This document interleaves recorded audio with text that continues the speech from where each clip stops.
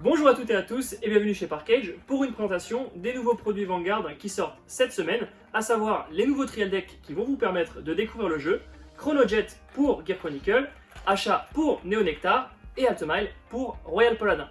Aujourd'hui dans cette vidéo, on va vous apprendre à découvrir le jeu par le biais de ces Trial Decks et d'une partie commentée, mais on va surtout vous faire un petit historique de ces trois produits. Pour commencer le jeu, vous avez donc le choix entre l'un de ces trois decks. Chacun contient un clan différent qui possède son propre gameplay et également ses propres artworks, son propre univers graphique. Et on va tout de suite vous les présenter pour que vous puissiez faire le choix de celui qui vous plaît le plus. Le premier deck, Chronojet, basé sur le clan Gear Chronicle, à l'esthétique steampunk, ce sont des maîtres du temps qui vont permettre de rider des grades 4 directement depuis le deck à chaque tour. Neo Nectar, et en particulier Asha, est un deck qui va se reposer sur la mécanique de token. Vous allez invoquer des jetons en fait à tous les tours, et Asha va encore faire évoluer cette mécanique grâce au Asha Flower Fairy Token, dont on va voir en fait l'effet dans la partie qu'on va vous faire.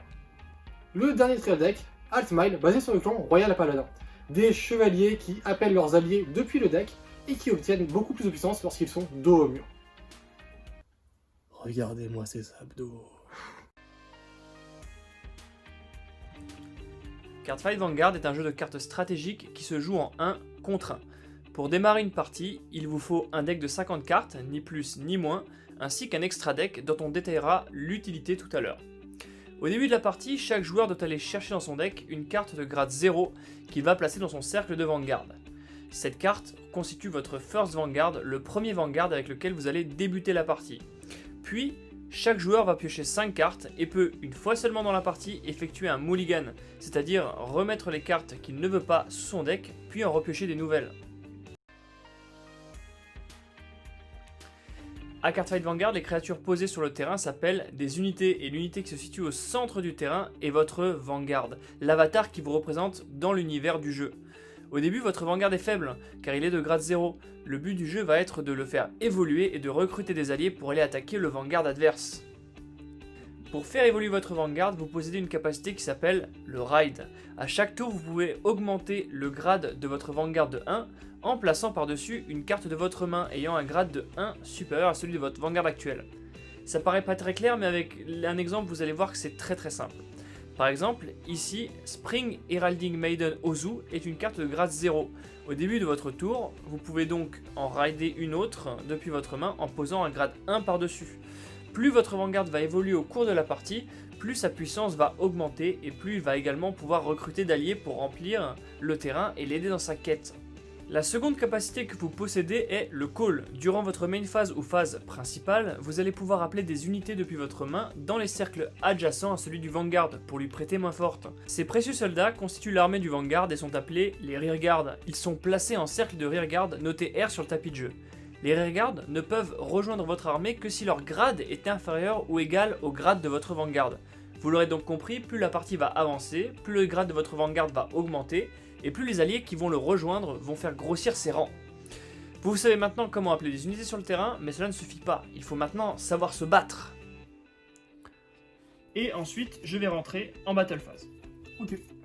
Donc durant ma battle phase, en fait, je choisis successivement des unités qui sont sur la première ligne ici, que vous voyez ici, la première ligne du terrain, qui s'appelle la front row, et je vais les choisir une par une pour aller attaquer, donc soit le Vanguard de mon adversaire, soit les Rearguard. Donc alors je vais commencer par taper avec Momosmo Pitch. Donc quand j'attaque, en fait je sélectionne ma carte, je l'incline comme ceci pour dire que j'attaque, et ensuite je sélectionne une cible. Donc ici je vais choisir ton Vanguard.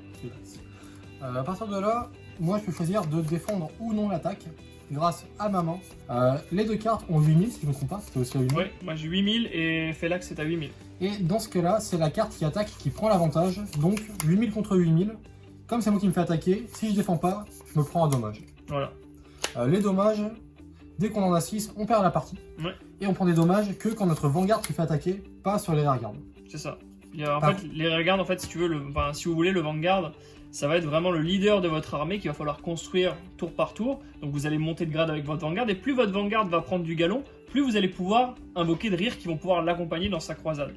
Après, quand votre Vanguard forcément au combat subit une attaque, il y a une unité de votre deck qui va rompre son contrat avec le Vanguard et donc vous allez la mettre en dégâts. Et comme Axel l'a dit, au bout de 6, c'est fini. c'est fini. En contrepartie, le Vanguard est indestructible. C'est ça.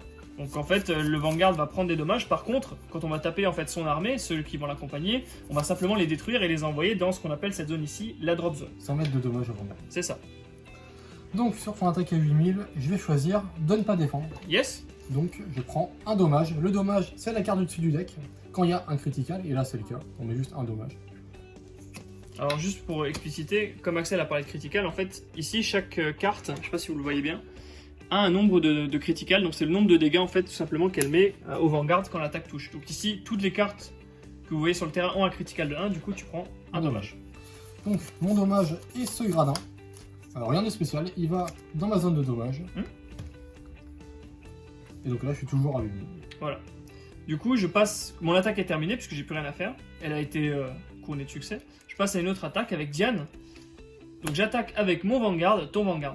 Donc moi je vais choisir de défendre cette attaque justement. Oui. T'es à 8000, je suis à 8000, donc l'attaque doit me toucher. Ouais. Mais moi je vais choisir de défendre avec Epona, qui a 15 000. Donc dans le cas où je garde, j'ai 8000 de base, et mon bouclier est écrit ici sur la carte, donc j'ai 8000 plus 15 000. En fait il y a deux valeurs sur les cartes, il y a l'attaque et la défense entre guillemets. Donc la puissance est ici, la défense est ici. Lorsqu'une unité est attaquée, son propriétaire peut très bien choisir de la défendre en plaçant une carte de sa main en Guardian Circle. S'il le fait, la valeur de shield qui est inscrite sur le gardien, sur la carte qui défend, vient s'ajouter à la puissance de l'unité attaquée. En l'occurrence, ici Felax est à 8000, Epona possède 15 000 de shield, et donc du coup Epona vient ajouter son shield à la puissance d'origine de Felax. Donc vous comprenez que ça fait 8 plus 15, 23 000. On recalcule alors ensuite les puissances. Diane attaque à 8 000 et Felax défend maintenant à 23 000. Donc là je suis à 8000 plus 15 000, donc je suis à 23 000. Ouais. Sur ton attaque qui est à 8000. C'est ça. Donc ensuite on passe à ce que j'ai dit, donc le drive check. Donc je prends la carte dessus de mon deck et je la mets en trigger zone, donc je la révèle comme ceci. Et donc vous voyez qu'ici il y a une icône qui s'appelle un trigger. Mais comment présenter le jeu sans parler des triggers, cette mécanique qui est propre à Cardfight Vanguard et qui fait tout le sel de ce jeu. Le petit facteur chance qui va venir dynamiser les parties, les rendre amusantes et leur issue souvent imprévisible. Mais avant de parler des triggers, il faut parler de la mécanique du drive check, car les deux sont assez liés. Lorsque le Vanguard s'élance au combat, son courage va motiver de nouveaux alliés à rejoindre la partie.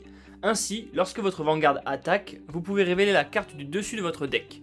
Si la carte révélée est une unité normale, il ne se passe rien et ce nouvel allié va dans votre main.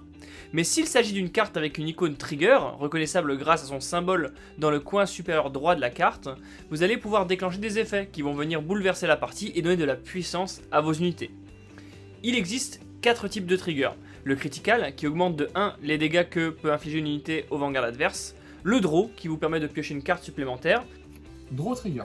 Alors on résout un par un, on ne check pas les deux d'un coup. Donc première carte révélée, on va donner 10 000 à une carte sur le terrain, donc je vais choisir Lucus. Et comme c'est un draw, je pioche une carte. Ouais. Le heal qui vous permet de vous soigner si vous avez plus de dommages que votre adversaire et donc de faire un comeback dans la partie. Deuxième check, c'est un heal trigger. Donc au moment où je le révèle, j'ai plus de dommages que toi, ou autant. Ouais. Donc je vais en choisir un que je vais soigner. Et une fois de plus, comme c'est un trigger, je peux mettre 10 000 à une carte sur le terrain. Je choisis donc Lucus qui va donc gagner 20 000 là, grâce à mon attaque. Et les deux cartes que j'ai révélées vont dans ma main, comme toujours, puisque c'est le Vanguard qui attaque. Et enfin le front qui va donner du power non pas à une unité, mais à toute la front row. Alors oui, cette mécanique de trigger ne va pas plaire à tout le monde, tant elle met en avant ce facteur chance qui est inhérent au jeu. Néanmoins, elle constitue également un réel aspect fun et stratégique de Cardfight Vanguard. Stratégique car le nombre de triggers par deck est fixe, à vous de bien compter les triggers de votre adversaire, ceux qu'il vous a révélés, et de bien anticiper pour ne pas être pris au dépourvu. 38, il te faut un trigger pour passer. Un trigger, j'ai deux checks. Premier check, Felax. Et tu as bien Deuxième puré ton check. deck. Eh bien non, Ah, c'est bon. bon. La chance est donc un facteur à prendre en compte dans une game de Vanguard, mais plus vous progresserez et plus vous apprendrez à gérer ce facteur. Quand jouer la sécurité pour consolider votre avantage, quand prendre des paris audacieux pour retourner à la partie, etc. Il ne me reste donc plus qu'à vous parler de la dernière mécanique en date pour Cardfight Vanguard et une mécanique ô combien importante puisqu'il s'agit de celle de l'Imaginary Gift. L'Imaginary Gift est matérialisé sur votre carte, principalement sur les grades 3, en haut à gauche et en dessous du grade.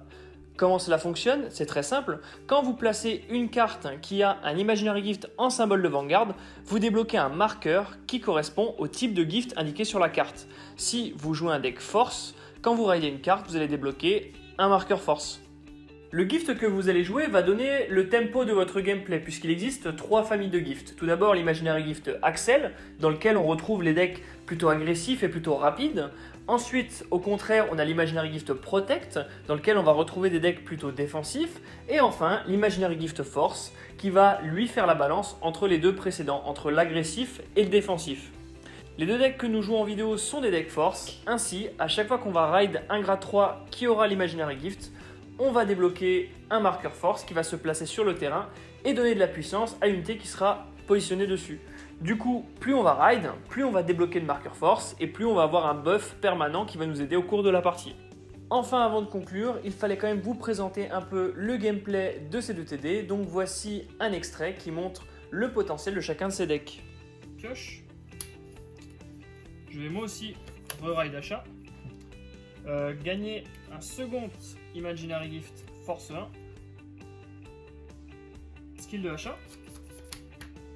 Je vais donc payer un CB pour invoquer 2 plans de token à nouveau. Et je vais à nouveau utiliser son... Elle gagne 10 000 d'ailleurs, by the way. C'est vrai, quand elle est placée, elle gagne 10 000.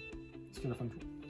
Et ensuite, je vais retirer les 3 pour invoquer le achat Flower's Fairy Token. Donc achat Flower's Fairy Token, c'est un super jeton qui devient immédiatement une copie de mon Vanguard achat. Donc elle prend la puissance et le critique de achat quand elle attaque. C'est ça. Je ne First défends check, draw trigger. Donc je vais tout mettre sur mon Vanguard. On va vite voir pourquoi. On va vite voir pourquoi. Donc oui, le L'espèce d'œil. Bon, on va mettre 2 x 10. Je pioche un. Et du coup, comme Bon, mes c'est Flora comme Fairy ils attaquent, Tokens sont des copies de achat, ils vont également gagner le power du trigger, donc ils sont eux aussi. Après, c'est quand ils attaquent, je crois. Ah, pardon. Parce que du coup, ils ont pas de boost. Et un deuxième draw trigger. Oh. Donc je pioche un. Et du coup, plus 10 000 encore à achat.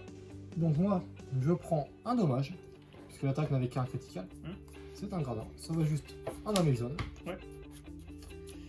Et ensuite, donc quand il attaque, ça devient une copie d'achat. Donc achat à 2 et à 13 000, plus 2 marqueurs force 33, plus 3, 63. 63. 63 Vanguard. 63 Vanguard. Ensuite, je vais entrer en main phase Ouais. et activer l'effet de Altmile. Donc je peux Counter Blast 1.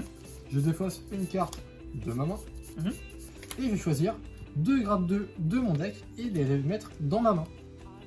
Donc le côté vraiment, on va tutoriser de notre deck, aller chercher nos alliés, qui du coup là est vraiment présent à travers cet effet. Je vais choisir un Livarot et admettons un bouclier, Lucus. Je fais dans le bon ordre, Ouais. donc les deux vont dans ma main. Ouais. Mon effet continu est désormais actif, donc Altmile a un de ces deux effets qui est, donc le premier je viens d'activer. Le deuxième c'est en Vanguard ou en Rearguard, pendant mon tour, si j'ai pas de carte face-up en damage zone, il gagne plus 15 000. Merci à tous d'avoir regardé cette vidéo et n'oubliez pas que chacun de ces 3 trial decks est disponible sur le site de Parkage, le lien est dans la description. Et si vous achetez les 3 trial decks ensemble, vous aurez le droit à un pack promo qui contient des cartes très importantes pour chacun des 3 clans et en plus les cartes sont brillantes. Donc n'hésitez pas à vous rendre sur le site de Parkage pour en savoir plus sur cette offre. Si vous voulez craquer pour l'un de ces 3 clans, sachez qu'il est très facile d'améliorer les trial decks grâce à l'extension EB14 The Next Stage qui est sortie ce mois-ci. Les cartes à l'unité ainsi que les boosters sont disponibles sur le site de Parkage dès maintenant. Enfin, les sleeves correspondant aux cartes clés de chaque deck sont disponibles dès maintenant sur le site pour protéger vos decks. Merci à tous et à bientôt chez Parkage. Bonjour.